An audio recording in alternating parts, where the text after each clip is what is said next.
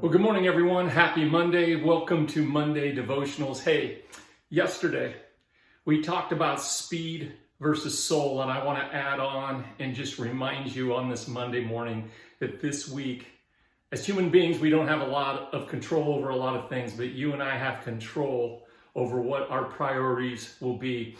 If you missed yesterday's service, we've been getting great response from it because we were just talking about the crazy pace of life, not only physically, but mentally in our 24/7 connected world. If you missed it, you can watch the whole service. And now we're offering something else later on in the day on Sundays. It's available now. And that is just the message only. Sometimes we want to share a message with someone who's maybe not a churchgoer. They don't understand worship. And even though we have spectacular, amazing worship, just a little nugget of the message maybe helps them take a step towards God and who God is and His promises. So you can share either the full service or just the message with someone who may need to hear this, or maybe you missed it and you need to hear it too. But this was my point yesterday.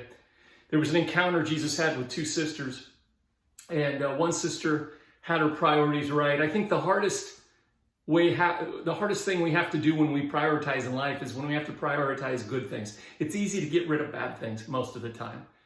But when we have a lot of good things offered to us, it's hard to prioritize what really matters.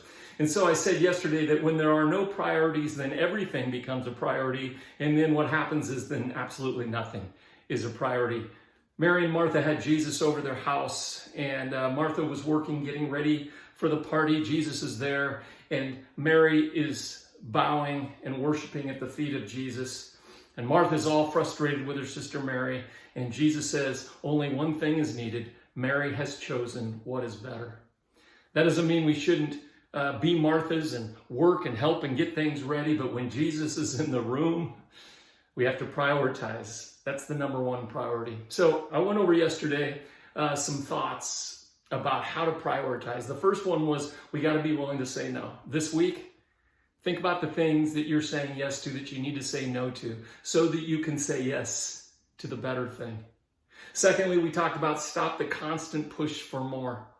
As Solomon wrote, it is better to have only a little with peace of mind than to be busy all the time. I said this yesterday too. I said, if you're not happy with what you have today, then you're not going to be happy with what you get tomorrow, because today you're not happy with what you were striving for yesterday. I believe that's very profound. 3, we said forfeit certain contests. You know, a lot of times our priorities are based on how we're doing with the Joneses. I don't even know the Joneses, but we always are comparing, or we're saying, you know, what they have, what do I have? How am I doing? Just give that up. You're a child of God. 4, we just said follow the 4th commandment, which is just the Sabbath, to make sure you're taking a day of rest, to be spiritually filled, and to be physically filled and emotionally filled. And then, like I said, when we're willing to say no, then we can say yes to the things that really matter. And the things that really matter are family, friends, our God. I was talking to someone a couple months ago that said that she had to reprioritize because she was too busy to serve those that are in need.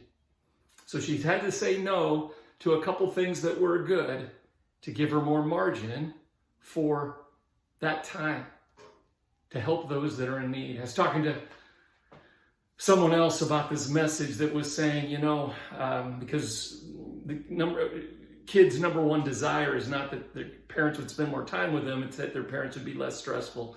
And we had quite a few parents say, guilty of that, because when my stress level goes up, everybody's stress level goes up. Anyway, I won't repeat the whole message, but if you missed it, watch it. Again, just the message part, or I would watch the whole service if you have time, because the music is spectacular.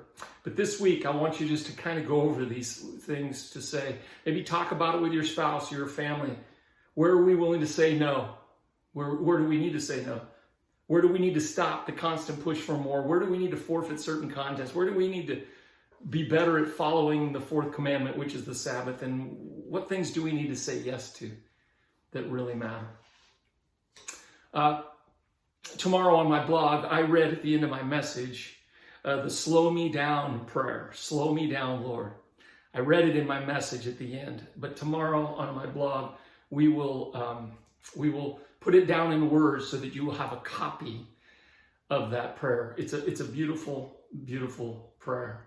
Hey, this week, I pray that your soul slows down and you find moments to celebrate nature, to celebrate friends, to celebrate breath and life and grace, and to put margins in your life to do the things that matter most. Hey, one more thing. This coming Sunday is the 4th of July.